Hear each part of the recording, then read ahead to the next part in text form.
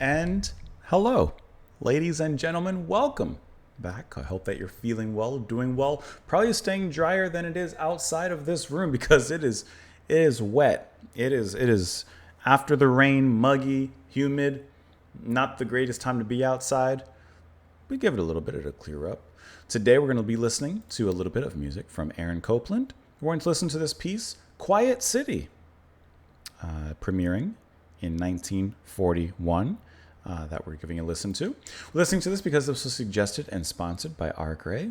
All right, thank you so much for the recommendation. Thank you so much for the suggestion as well. I appreciate that. And I see that this had also been mentioned a year ago, not exactly, but it says a year ago here in the comments, from Dave over in London from Gaia Eternal. So thank you as well.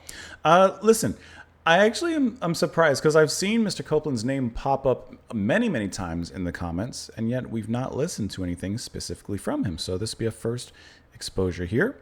We're going to listen to this as performed by, I'm trying to pull them up, it's not giving me all the information. I believe it's the Nashville Chamber Orchestra from their album released in 2002. It's not like giving me everything I need to actually see it, but I think that's what it says. So let's go ahead and dive on in. We'll discuss it, talk about it a little bit after. Quiet City. Is there such a thing as a quiet city?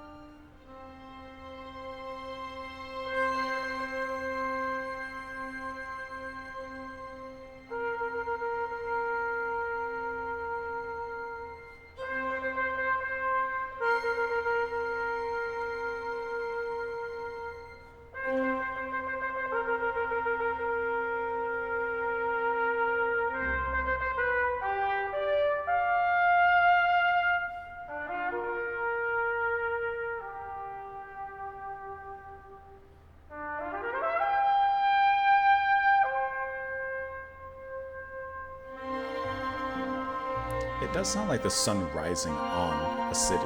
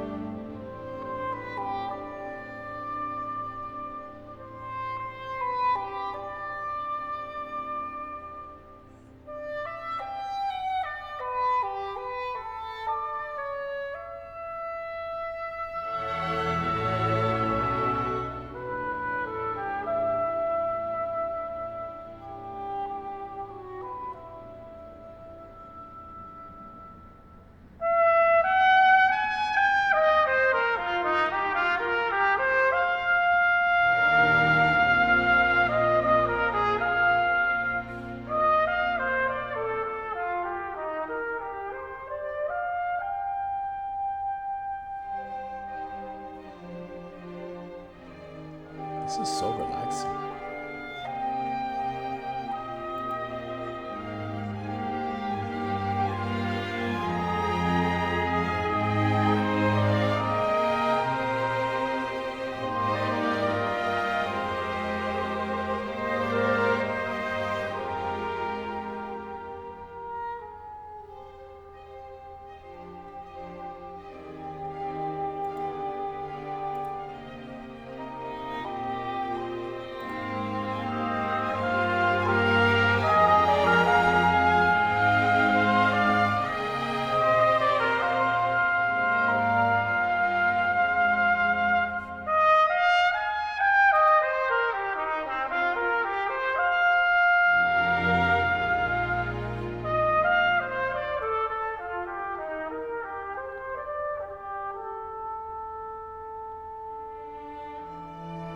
This is a really fantastic listen.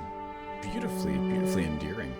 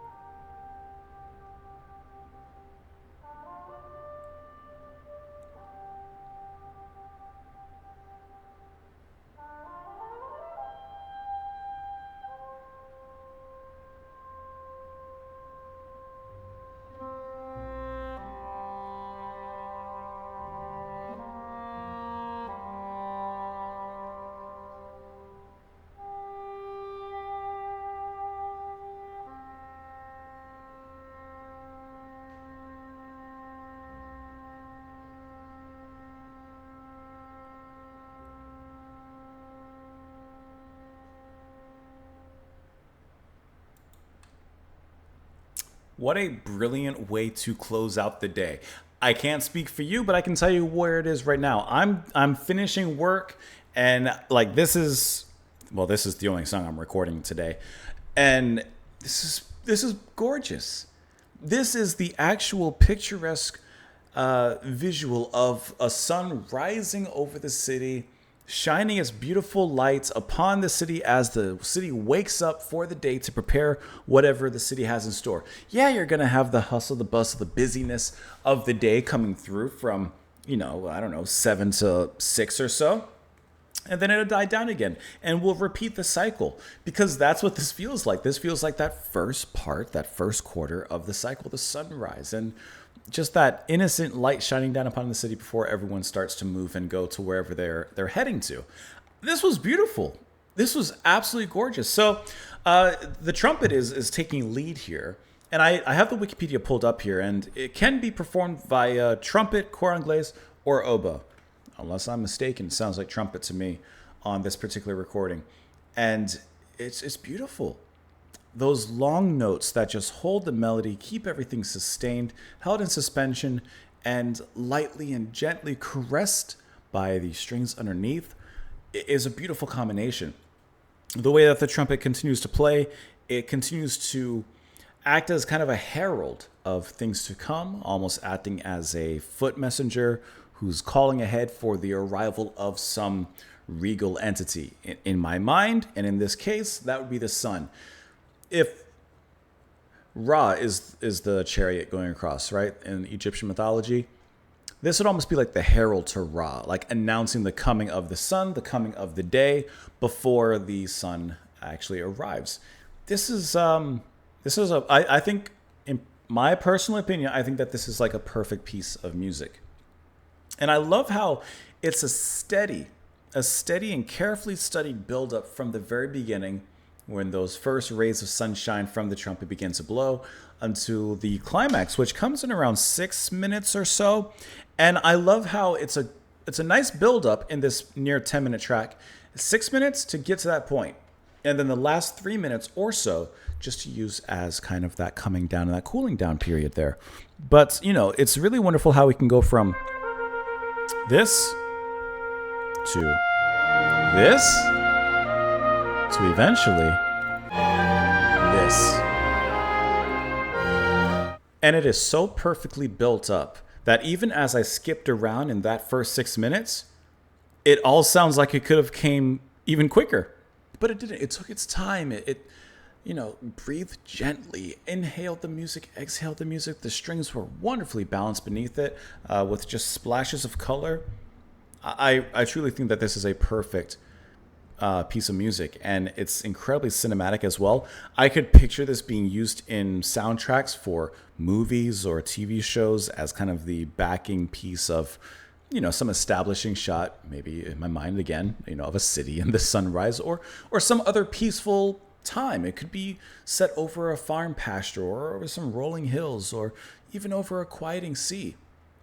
There's so many places that it could be used, and each of them would match wonderfully. And I like how there's not like, unless I'm mistaken, it doesn't feel like there's a lot of instrumentation here. It's very simple. It's very humble in how it sounds and in the approach. And it makes all the difference in making this a wonderful piece of music to listen to. Really great choice.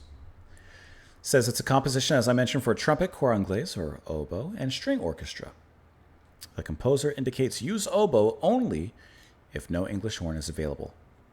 Says in 1939, that is, Copland wrote incidental music for the play Quiet City by Irwin Shaw. He later worked some of it into a 10-minute composition designed to be performed independently of the play, and it premiered in New York City. The original score score for the play was composed for trumpet, alto, sax, clarinet, doubling bass clarinet, and piano. For a 1941 Boston Symphony performance, the composer wrote, "In the spring of 1939, I was asked by my friend Harold Clurman, director of the group theater, to supply the incidental music score for a new play by Irwin Shaw. And was a realistic fantasy concerning the night thoughts of many different kinds of people in a great city. It called for music evocative of the nostalgia and inner distress of a society profoundly aware of its own insecurity. The author's mouthpiece was a young trumpet player called David Melknikoff, whose trumpet playing helped to arouse the conscience of his fellow players in the audience. The play was given 2 tryout performances in New York on successive Sunday evenings and then withdrawn for revisions. I like that. Give it a little bit of a premiere to work it and then take it back to actually finalize it and see what you can improve or change. Several friends urged me to make use of some of the thematic material as a basis for an orchestral piece, and that's what I did in the summer of 1940. I borrowed the name, the trumpet, and some of the themes from the original play.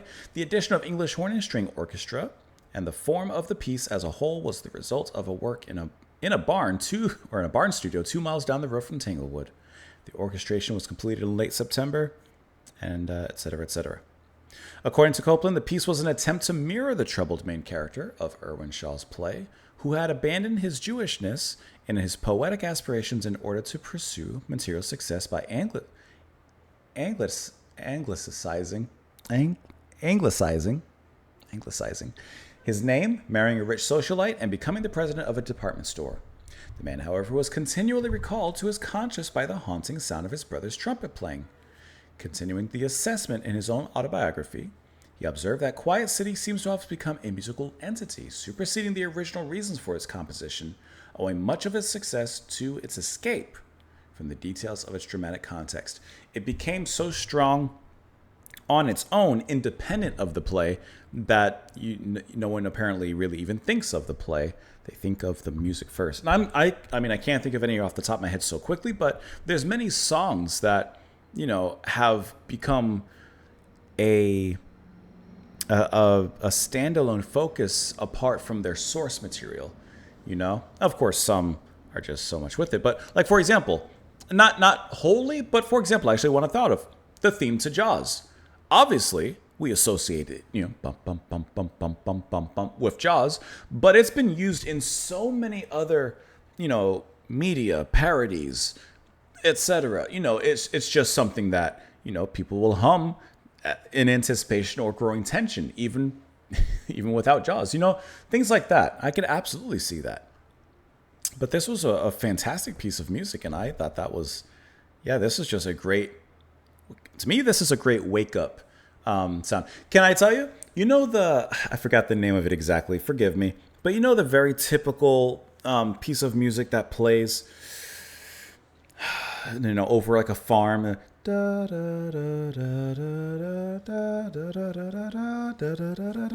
I feel like we've listened to that. It's just escaping me right now, the name. That to farm is what this is to city. Let me know what you guys thought, of course, in the comments down below. I appreciate you all being here. Randy, thank you so much for the suggestion and for the request as well. This was a fantastic listen. I hope that you enjoy the rest of your day, whatever that day may involve. And thanks again for being here. Come back tomorrow. Bye, guys.